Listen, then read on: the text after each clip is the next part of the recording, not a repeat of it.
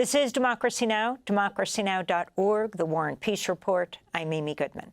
How Netanyahu prolonged the war in Gaza to stay in power. That's the headline of a new investigation in the New York Times Magazine published Friday. The co-authors write, quote, "Why, after nearly 2 years, has the war yet to reach a definitive conclusion? Why did Israel frequently turn away chances for de-escalation, instead expanding its military ambitions to Lebanon, to Syria, now to Iran? Why has the war dragged on even as the leadership of Hamas was decapitated and more Israelis called for a ceasefire?" Unquote. The authors write they interviewed over 110 officials in Israel, the U.S., and the Arab world, in addition to reviewing scores of government documents and records to investigate these questions. They go on to say Netanyahu, quote, "When an extended ceasefire was finally forged in January, he broke the truce in March, in part to keep his coalition intact. The cost of delay has been high. With each passing week, the delay has meant death to hundreds of Palestinians and horror to thousands more. It also meant at least 8 more hostages died in captivity," unquote. We're joined now by Ronen Bergman. He is a Pulitzer Prize-winning Israeli investigative reporter and staff writer for the New York Times Magazine, co-author of this piece in the magazine. Can you lay out your findings, Ronen, how Netanyahu prolonged the war in Gaza to stay in power? Thank you, Amy. I think it's, of course, very hard to differentiate between the different vectors. It's not just the war in Gaza. It's a regional war, something that started with Hamas attacking Israel on October 7th, and Hezbollah attacking Israel on October 8th, and then it erupted to a regional war. And some of the things that Netanyahu has done, I think any Israeli prime minister would do, counter, of course, following Hamas' horrific attack.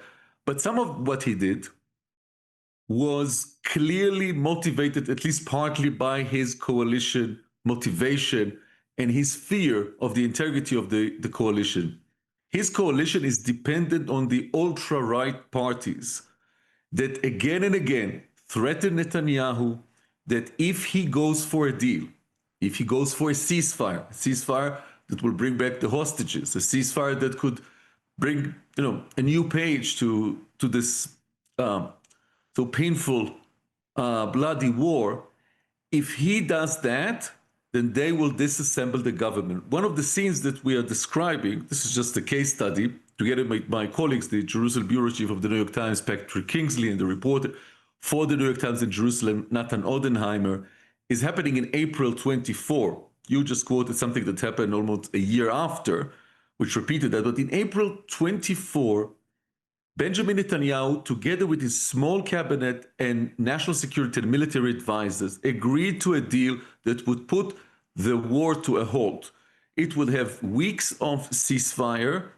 It will have an exchange of Palestinian prisoners for Israeli hostages, and it will bring hope for negotiation, for cessation of hostilities, withdrawal of the Israeli military, and possibly also something that Netanyahu has thrived for many, many years to get, and was the closest of any prime minister, which is the normalization of relations with the most important Arab country, Saudi Arabia, that was willing to do that. He was about to bring this to the larger cabinet. He says to advisors, "I'm not putting this on the agenda. I want to put this as a surprise, or not to let the more extremist ministers to oppose and coordinate." And when he was just about to do that, the Ministry of Treasury, Bezalel Smotrich, one of the ultra-right members of the cabinet, entered the room bursting and said, "Prime Minister, I heard that you are going to put a proposal for a ceasefire."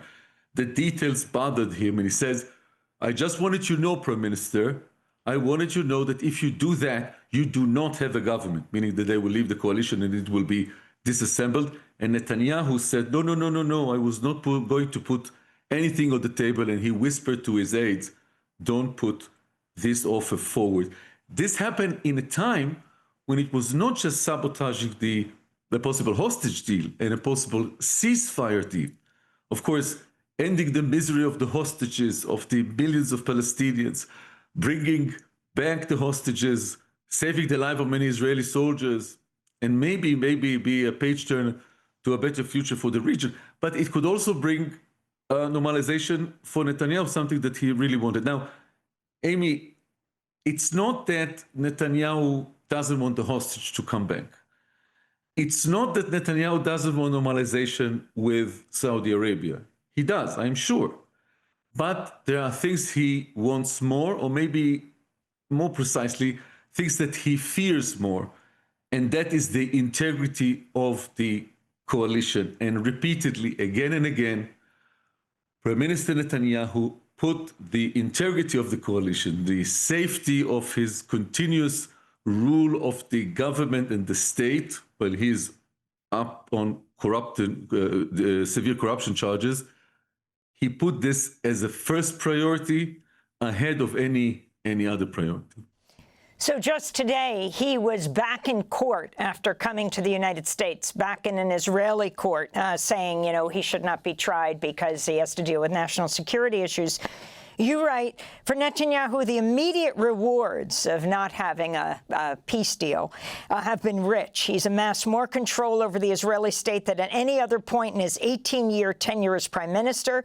He successfully prevented a state inquiry that would investigate his own culpability, saying the fallout must wait until the Gaza war ends. Even as the defense minister, army chief, domestic spy master, and several top generals all either have been fired or have resigned. And you talk about how he attends court up to 3 times a week for his corruption trial. His government now moving to fire the attorney general who oversees the prosecution. If you can go more into that and investigation into how October 2023 happened, with Netanyahu himself approving millions of dollars brought in, by Qatari officials to Gaza to support Hamas. Yeah. Let me start with the latter, with your permission, Amy. Netanyahu said publicly and privately for years that he sees Hamas as an asset. How come? Because once you have Hamas, an extreme jihadist, fundamentalist regime in Gaza that does not recognize the right of Israel to exist, and now we see from Hamas secret protocols that were all about eradicating the state of the Jews. They wanted to destroy Israel. They wanted to coordinate the regional war. Once you have something like that in Gaza, Netanyahu can say to the world, why do you want me to negotiate with the Palestinians? How can I negotiate with the Palestinian Authority in the West Bank when you have something, such an entity in Gaza? And he saw Hamas as an asset. He convinced the Qataris to funnel many hundreds of millions of dollars to help the Hamas government in Gaza, to help them survive. While at the same time, as we uncover, during the last year since he became prime minister again in early 23, and until the war, he pushed back again and again and again on any idea of his military chiefs and the leaders of the intelligence community to confront Hamas, to assassinate their leaders. As late as October 1st, so a week before Hamas attack, he pushed back on ideas to confront Yahya Sinwar, the mastermind behind October 7, and said, you should keep them quiet. I have other priorities like the normalization with Saudi Arabia. So the bottom line, his willingness to not just let Hamas thrive, but help Hamas thrive, not to force him to have international pressure to negotiate two-state solution, led to Hamas fortified its rule and secretly planning the October 7th surprise. Now, after the October 7th surprise, everybody was sure that Netanyahu is going to be ousted. He's going to be expelled from politics after bringing a year of an attempt to weaken the judiciary, to fire the attorney general, what he's trying to do now as well. After a year of weakening the military that was, divided and disassembled in some of its units because of the judicial overhaul, everybody was sure that he's going down in politics. That's the end of his political career. But Netanyahu prevailed. He used smart, sophisticated, sometimes brutal, sometimes inhonest politics, together with sophisticated propaganda machine working in Israel, together with confronting the judicial system. He promised to make himself available for his trial, but then when the trial came, he's doing or using any excuse not to be there.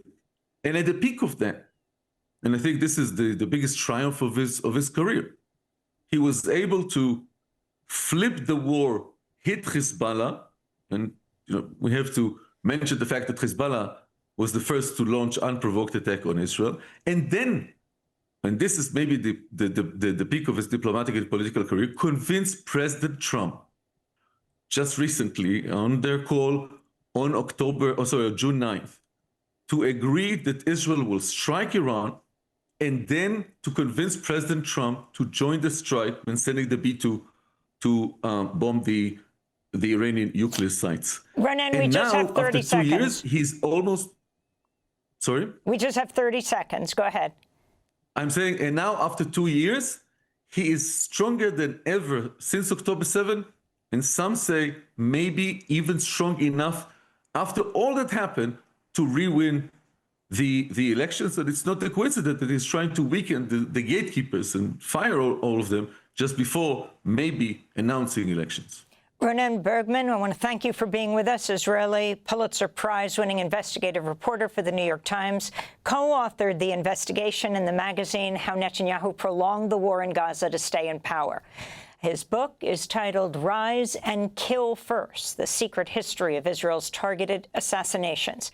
Thanks for watching Democracy Now! On YouTube. Subscribe to the channel and turn on notifications to make sure you never miss a video.